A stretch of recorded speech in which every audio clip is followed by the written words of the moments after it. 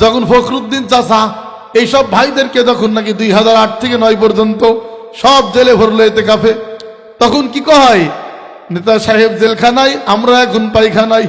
Royal Bengal টাইগারকে শিয়াল জিজ্ঞেস করছে, মামা আগে যে লাভ দিলে 22 দূরে যে পড়তেন, এখন তো লাভ দিতে গেলেও পিছনে পড়ে যান, কারণ কি? তখন এই সিংহ, এই টাইগার খ্যাকশিয়ালকে জবাব দিচ্ছে, ভাগনারে সিংহের মতো শক্তি যত সব হয়েছে গত, কোনো মতে বেঁচে আছি খ্যাকশিয়ালের মতো। এখন আমার আর শক্তি টক্তি নাই, কোনো মতে তোদের মতো বেঁচে আছি। তো এই নেতা হবে জুলুমের বিরুদ্ধে, জালেমের বিরুদ্ধে, যেই নেতা হবে শরীফ উসমান বিন হাদির মতো। কি বলেন, ঠিক কি ঠিক না? ইনসাফের কথা বলবে, ইনসাফের পক্ষে থাকবে, ইনসাফের বুলি আওড়াবে এবং ইনসাফ কায়েম করে দেখাবে, ইনসাফের আদর্শ এবং মডেল হবে। সে হবে কিয়ামতের ময়দানে আরশের নিচে আল্লাহ পাকের 1 নম্বর ভিআইপি গেস্ট। বলেন সুবহানাল্লাহ। বর্তমানে যত পাতি নেতা এবং যত ফাসেক নেতা এবং আদর্শবিহীন যারা যত সমাজে খারাপ চরিত্রের অধিকারী, তাদেরকে আমরা বর্তমানে সব থেকে বড় নেতা মনে করি। কি বলেন, ঠিক কি ঠিক না? আর তাদের পক্ষে ইমান বিধ্বংসী স্লোগান দিই আমরা, অমুক ভাইয়ের চরিত্র ফুলের মতো পবিত্র, আসলে নামাজ পড়ে না 1 ওয়াক্ত, ঠিক কি ঠিক না বলেন? অমুক ভাইয়ের চরিত্র ফুলের মতো পবিত্র, নামাজ পড়ে না 1 ওয়াক্ত, আবার ওই ভাইয়ের জন্য জীবন দেওয়ার জন্য তৈরি হয়ে যায়, অথচ জায়গা মতো পাওয়া যায় না, ঠিক কি ঠিক না? যখন ফখরুদ্দিন চাচা এইসব ভাইদেরকে যখন নাকি 2008 থেকে 9 পর্যন্ত সব জেলে ভরলো এতেকাফে, তখন কি কয়, নেতা সাহেব জেলখানায়, আমরা এখন পায়খানায়, ঠিক কি না? নেতা জেলখানায় যাজ্ঞা, আমিও সাথে যাইতে রাজি না। দেখছেন না, এই তো 2 বছর 1.5 বছর আগে কত ফ্যাসিস্ট নেতারা হিজরত করে ভারতে পালাইছে, ঠিক কি ঠিক না? আবার অনেক নেতারা জেলখানায় এতেকাফে বসে গেছে, ঠিক কি ঠিক না? আল্লাহ পাক এদেশকে জালেম থেকে মুক্ত করেন, সকলে বলি আমিন। জালেম আর জুলুম যেখানে থাকে সেখানে আল্লাহর সাহায্য থাকে না। আমাকে এক ভাই বলছে, এক ইমাম সাহেব, হুজুর এবছরে তো বৃষ্টি বেশি কেন? আমি বললাম, জমিন থেকে জুলুম উঠে গেছে, বৃষ্টি চলে আসছে। গতবার সত্যি বৃষ্টি বেশি হয়েছে, এবার মনে হচ্ছে বৃষ্টিও বেশি, শীতও বেশি, মনে হয় গরমও বেশি হবে।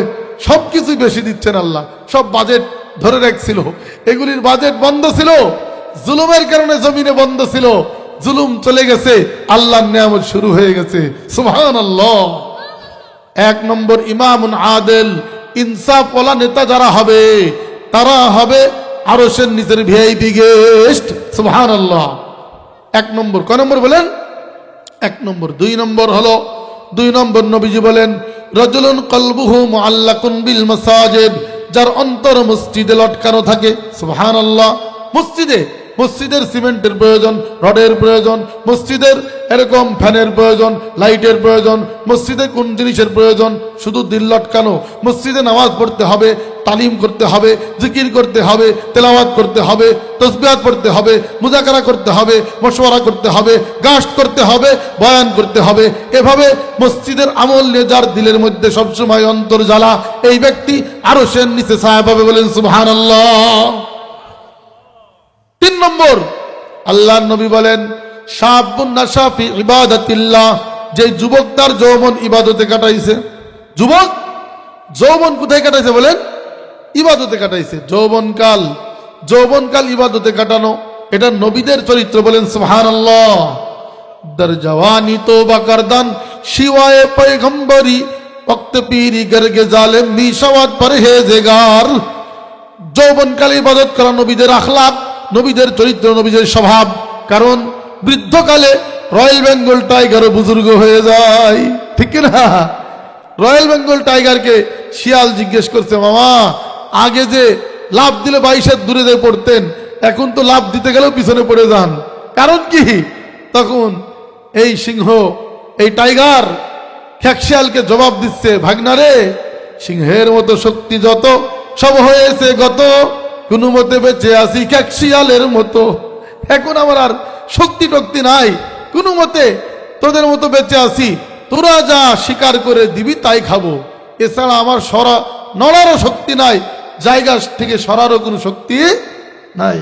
আমার ভাইয়েরা, যৌবনকাল যার ইবাদতে কাটবে, যৌবন মাহফিলে কাটছে, মসজিদে, মাদ্রাসায়, ওলামাদের খানকায়, নেককার এবং জান্নাতি লোকদের সাথে, ভালো লোকদের সাথে, ইমানি মজমাই, ইমানি হালকায়, জিকিরের হালকায়, পীর সাহেবদের খানকায়, ওলামাদের হালকায়, ওলামাদের মাদ্রাসায়, ইমাম সাহেবদের সাথে মসজিদে কাটছে, মাহফিলে কাটছে, বিভিন্ন দিনই সেমিনারে, সিম্পোজিয়ামে, ইসলামী বিপ্লবে কাটছে, বুক টান করে ইসলামী বিপ্লবে শরীফ উসমান বিন হাদির মতো বুক টান করে জান দিয়েছে, কিন্তু জুলাই দেয় নাই।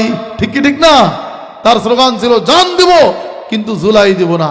এইরকম যারা তরুণ বয়সে, নবীন বয়সে, যুবক বয়সে যৌবনকে ইসলামের জন্য অক্ষ করবে, ইনসাফের জন্য অক্ষ করবে, ইমানের উপর অক্ষ করবে, আর দিনের জন্য অক্ষ করবে, এমন যুবক যদি বৃদ্ধ হয়ে যায়, সে রিটায়ার্ড হওয়ার মতো, পেনশন পাওয়ার মতো, তার নেকির পেনশন, সওয়াবের পেনশন জারি হবে। বলেন সুবহানাল্লাহ। এই জন্য যুবক ভাইয়েরা, আমার যৌবনকে কিসের জন্য কাটাবো বলেন? ইসলামের জন্য। কিসের জন্য বলেন? ইসলামের জন্য। কোনো পাতি নেতার পিছনে হেঁটে, কোনো খুদে নেতার পিছনে হেঁটে, এবং কোনো ফাসেক এবং বদকার, দুশ্চরিত্র, লম্পট আর সুদখোর, ঘুষখোরের পিছনে জীবনটাকে ধ্বংস না করে আমি আমার রবের পিছনে ব্যয় করি। কি বলেন? ঠিক কি ঠিক না? আল্লাহ তাআলা বলেন ফাফিরু ইলাল্লাহ, তুমি দৌড় লাগাও রবের দিকে, দৌড়াও তুমি রবের দিকে। এখন আমি দৌড়াইতেছি কোথায়? গণতন্ত্রের দিকে, নির্বাচনের দিকে, নেতার দিকে। কি বলেন? ঠিক কি ঠিক না? স্বার্থের দিকে। অথচ রব বলতেছেন ফাফিরু ইলাল্লাহ, তুমি দৌড়াও তোমার রবের দিকে। সুবহানাল্লাহ। রবকে রবকে বলেন হুয়ার রহমানুর রহিমুল মালিকুল কুদ্দুসুস সালামুল মুমিন আল মুহাইমিনুল আজিজুল জব্বারুল মুতাকাব্বির আল খালিকুল বারিউল মুসাవ్বির আল গফফারুল কাহারুল ওয়াহাবুর রাজ্জাকুল ফাত্তাহুল আলিম আল কাবিদুল বাসিতুল খাফিদুর রাফিউল মুইজ্জুল মুজিল্লুস সামিউল বাসির আল হাকামুল আদলুল লতীফুল খবীরুল হালিমুল আযীমুল গফুরুশ শাকুর আল আলিউল কবীর হাফিজুল মুকিতু হাসিবুল জালিলুল কারীমুর রাকিবুল মুজিব আল ওয়াসিউল হাকীম আল ওয়াদুদুল মাজিদ আল বাঈসুল শাহীদ আল হক ওয়াল ওয়াকিল আল কবিল মাতিন আল ওয়ালিউল হামিদ আল মুহসিন المبدع المعيد المحيي المميت الحي القيوم الواجد الماجد الواحد الأحد الصمد القادر المقتدر المقدم المؤخر الأول الآخر الظاهر الباطن الوالي المتعالي البر التواب المنتقم العفو الرؤوف مالك الملك ذو الجلال والإكرام المقسط الجامع الغني المغني المانع الدار النافع النور الهادي البديع الباقر الوارث الرشيد الصبور جل جلاله من نواله বলেন আল্লাহু আকবার। এমন রবের দিকে তুমি দৌড়াও। কোথায় দৌড়াইতেছো? ফাফিরু ইলাল্লাহ, তুমি এই রবের দিকে দৌড়াও, তিনি তোমার জন্য আলাইসাল্লাহু বিকাফিন আবদা। আল্লাহ বলছেন আমি কি তোমার জন্য যথেষ্ট নই? আমি কি তোমার জন্য যথেষ্ট নই? তুমি কার দিকে দৌড়াইতেছো? এই জন্য ভাই দোস্ত, নবী বলেছেন 3 নম্বর শাবুন নাশাফি ইবাদাতিল্লাহ, যুবক যৌবনকাল ইবাদতে কাটাইছেন, এমন যুবক হবে আরশের নিচের মেহমান। সুবহানাল্লাহ। এরপরে 4 নম্বর হলো রাজুলুন দাতু ইমরাতু যাতু মানসাবিন ওয়া জামাল, কোন সুন্দরী নারী কোন সুন্দর যুবককে ডেকেছে আই লাভ ইউ, মেসেঞ্জারে ডেকছে, ইমোতে ডেকছে, হোয়াটসঅ্যাপে ডেকছে, ভাইভারে ডেকেছে, চ্যাটিংয়ে ডেকেছে আই লাভ ইউ। অথবা কোন সুন্দর